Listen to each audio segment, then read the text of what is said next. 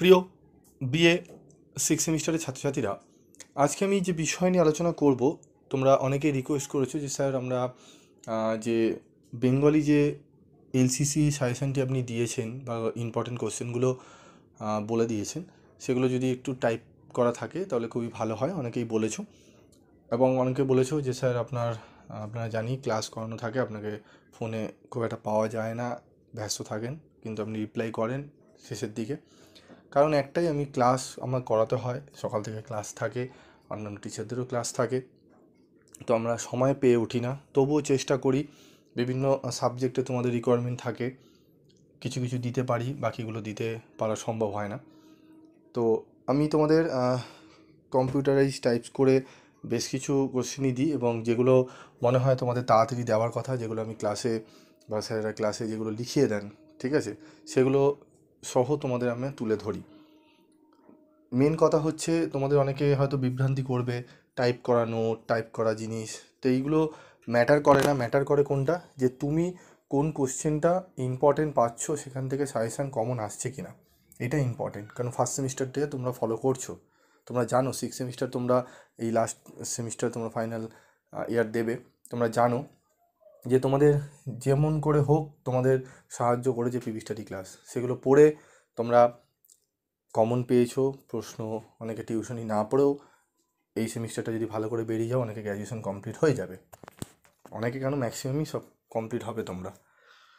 তো অনেকে টাইপ করা কিছুই নয়, বই থেকে আমরা যেগুলো দিই তোমাদের, সত্যি কথা বলতে যেগুলো আমি তোমাদের দিই, সেগুলো স্টুডেন্টরা যেগুলো পড়ানো হয়, ঠিক আছে, বই তোমাদের আমরা কিনে দিই, মানে নামগুলো বলে দিই, বলি কি বই কিনতে তোমরা কেনো।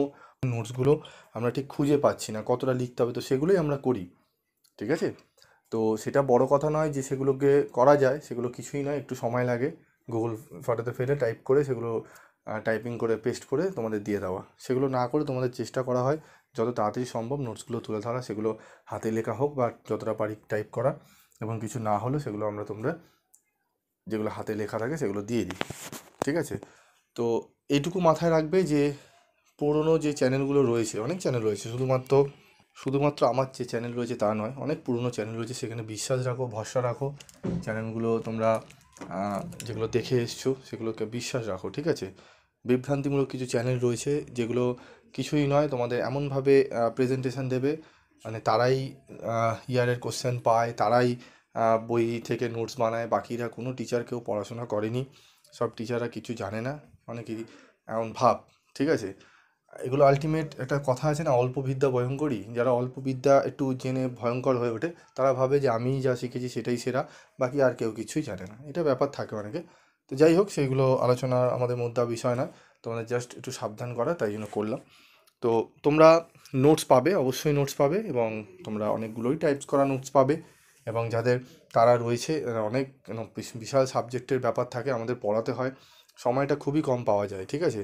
সারাদিন শুয়ে বসে থাকতাম, যদি এইগুলো নিয়ে ব্যবসা করার ইয়ে থাকতো, তোমাদের একদম মজাক করা, ভালো করে সাজিয়ে গুছিয়ে তোমাদের দিতে পারতাম, কিন্তু ওইটা হয়ে ওঠে না। কারণ একটাই, তোমাদের হেল্প এমনভাবে করা হয় যাতে তোমাদের উপকার হয়। আর তোমরা অনেকেই পিভি স্টাডি ক্লাসে সাজেশন পেয়ে, কিন্তু এমনও হয়েছে, আমাকে ছবি পাঠিয়েছে, আমি এখনও দেখাতে পারি, তারা 80% উপরে নাম্বার পেয়েছে, উইদাউট টিউশন, উইদাউট কোনো বই কিনে নিছে, শুধুমাত্র পিভি স্টাডি ক্লাসের নোটস ফলো করেছে, এবং অন্যান্য আরও চ্যানেল রয়েছে সেখানে ফলো করেছে। তবে কিছু কিছু সাবজেক্ট পুরো টোটালটাই পিভি স্টাডি ক্লাসের উপর ভরসা করে তারা পরীক্ষা দিয়েছে। যাই হোক, তোমাদের এগুলো বলা, অনেকে এগুলো বিষয়গুলো জানে না, বা অনেকে একটু বিভ্রান্ত হয়ে যেতে পারে, ঠিক আছে। যাই হোক, তোমরা দেখে নাও মডেল 1 থেকে আমি যে প্রশ্নগুলো বলবো, স্টার মার্ক করা, তোমরা প্রশ্ন জানতে চাইছিলে, স্টার মার্ক করা প্রশ্নগুলো বলে দিচ্ছি, দেখে নাও। প্রথম প্রশ্ন, সংবাদ প্রভাকর পত্রিকাটি কত সালে কার সম্পাদনায় প্রকাশিত হয়? বাংলা সাময়িক পত্রের ইতিহাসে এই পত্রিকাটির গুরুত্ব নির্ণয় করো। মোস্ট ইম্পর্টেন্ট প্রশ্ন। সবুজপত্র কার সম্পাদনায় কবে আত্মপ্রকাশ করে? বাংলা গদ্য সাহিত্যের বিকাশে এই পত্রিকাটির অবদান আলোচনা করো। তত্ত্ববোধিনী পত্রিকাটি কার উদ্যোগে কত সালে প্রকাশিত হয়? বাংলা সাময়িক পত্রের ইতিহাসে পত্রিকাটির গুরুত্ব ও অবদান বিচার করো। কবিতা পত্রিকা কত সালে কার সম্পাদনায় প্রকাশিত হয়? আধুনিক বাংলা কবিতার ক্রমবিকাশের ক্ষেত্রে এই পত্রিকার ভূমিকা সম্পর্কে আলোচনা করো। এই চারটি প্রশ্ন স্টার মার্ক করা রয়েছে, চারটি প্রশ্নই খুব ভালো করে আগে পড়বে। এবং এর সাথে যে প্রশ্নগুলো স্টার নেই, যেরকম 5 এবং 6, এই প্রশ্নগুলো তোমাদের করতে হবে। আমার মতে 4টে স্টার তো পড়বেই, 5 এবং 6টাই আমার কাছে 6টা থেকে 7টা স্টার। এবার তুমি বলবে স্যার আপনি স্টার দেননি কেন? আমি এখন স্টার দিইনি, তবু আমি তোমাকে বলে দিচ্ছি, ঠিক আছে? তো এই প্রশ্নগুলো 5 এবং 6গুলো তোমরা ভালো করে একটু পড়বে, এবং স্টারগুলো আমি পরে আবার বলে দেবো, তোমাদের মুখে বলছি, কারণ অনেকে রয়েছে ওপর থেকে ভিডিওগুলো দেখে এবং দেখে স্ক্রিনশট তুলে এইগুলোই কপি পেস্ট করে, ঠিক আছে, ডিজাইনিং করে সাজিয়ে থাম্বনেল, আকর্ষণীয় থাম্বনেল দিয়ে, কারণ তাদের সময় রয়েছে, তারা তো পড়ায় না, তাদের প্রচণ্ড সময় রয়েছে, তারা বসে সারাদিন বসে এগুলো করে, এবং কিভাবে ছাত্রদের ঠকাবো, কিভাবে বেশি টাকা অর্জন করব, সেগুলো চিন্তা ভাবনা করে, তো তাদের সম্ভব, ঠিক আছে? তো আকর্ষণীয় থাম্বনেলে কিছু হয় না, আকর্ষণীয়ভাবে প্রশ্ন দিলেও কিছু হয় না, প্রশ্ন মধ্য কথা কমন আসতে হবে। আর যে সাজেশানটা দেবো সেটা যেন ভরসাযোগ্য সাজেশান হয়, এবং এমন সাজেশান যে মিললো তো মিললো, না মিললে কিছুই মিললো না, এরকম সাজেশান দরকার নেই, প্রয়োজন হয় না খুব একটা, ঠিক আছে? এবং আদর্শ টিচার দ্বারা সেগুলো হলে খুব ভালো হয়। তো দেখে নাও পরবর্তী প্রশ্ন, বাংলা সাময়িক পত্রের উদ্ভব ও বিকাশে দিগদর্শন পত্রিকাটির ভূমিকা আলোচনা করো। এই প্রশ্নটি তোমাদের 10এও আসতে পারে অথবা 5-এ আসতে পারে। আমার মনে হয় প্রশ্নটি 5 অথবা 10-এর মধ্যে দেবেই কোনো একটি জায়গায়, ঠিক আছে? নয় 1-এর ক অথবা ক্ষয়ে দেবে, নয় 4-এর ক অথবা ক্ষয় দেবে, ঠিক আছে? তোমরা এই যে প্রশ্নগুলো বললাম 1-এর ক অথবা ক্ষয়ের মধ্যে পেয়ে যাবে। এরপর আসি 4-এর খ এবং কয়ে তোমরা কী কী প্রশ্ন পাবে সেটা দেখে নাও। 5 নম্বরে যেটি 4-এর ক অথবা ক্ষয় পাবে, কি পাবে?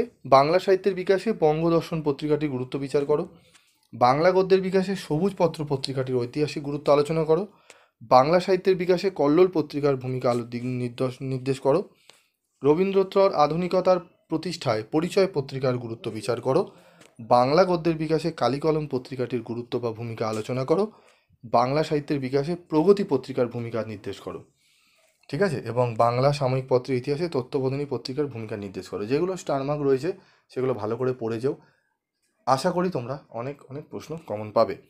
এবং এক্সট্রা যে দুটো প্রশ্ন রয়েছে এগুলো পড়ার দরকার পড়বে না, তবু আমি বলবো তোমরা যদি চাও পড়তে পারো, যেটি 2023 সালে এসছে দুটো প্রশ্ন। বাংলা সাহিত্যের সামগ্রিক বিকাশ ও উন্নয়নে ভারতী পত্রিকার ভূমিকা সম্বন্ধে আলোচনা করো সংক্ষেপে, এবং 19 শতকের যুগ সন্ধিক্ষণে বাঙালি চেতনার প্রকাশে সংবাদ প্রভাকরের গুরুত্ব সংক্ষেপে আলোচনা করো। এই প্রশ্ন দুটি 23-এ এসেছিল, তো খুব একটি রিপিট দেয় না। যদি আসে তোমাদের এই প্রশ্নটি 10-এ আসতে পারে, এই দুটো যদি পড়ে রাখো 10-এ আসার সম্ভাবনা আমার মতে বলে আসতে পারে, ঠিক আছে? 10-এ, 5-এ আসবে না, 10-এ আসতে পারে, দেখে নিতে পারো তোমরা। এই প্রশ্নগুলো করো তোমরা, মডুল 1 থেকে একটি 10 এবং একটি 5 অবশ্যই কমন পাবে, এবং আরেকটি 5 দেয় যেটি 3টে মিলিয়ে দেয়, সেখান থেকেও তোমরা এই যে প্রশ্নগুলো দিলাম এখানে যদি ভালো করে কভার করো 20 নম্বর তোমাদের কভার হয়ে যাবে, ঠিক আছে? এবং অবশ্যই তোমাদের ছোট প্রশ্ন দেব, ছোট প্রশ্ন আমি হাতে করা রয়েছে, তোমরা যদি চাও, যদি মনে করো না স্যার আমাদের টাইপ করা এখন প্রয়োজন নেই, আপনি হাতে করাগুলোই আমাদের কোশ্চেন আনসারগুলো দিন, তাহলে কমেন্ট বক্সে লিখে জানাবে, কারণ তোমাদের জিজ্ঞেস করেই আমি দেবো। পরে অনেক রয়েছে অনেকে যে স্যার হাতে লেখা দিচ্ছেন বুঝতে পারছি না, আমি এমন দেবো যেগুলো বুঝতে পারবে, তোমাদের দিয়ে এসেছি সেরকমই হাতে লেখা অনুযায়ী দেবো। যদি চাও আমি দিতে পারি, আর যদি বলো না স্যার টাইপ করে দিন, তাহলে একটু ওয়েট করতে হবে, আমি টাইপ করে অবশ্যই তোমাদের দেবো, ঠিক আছে? আজকের মতো এইটুকুই, দেখা হচ্ছে পরবর্তী ভিডিওতে। সকলে ভালো থেকো, সুস্থ থেকো।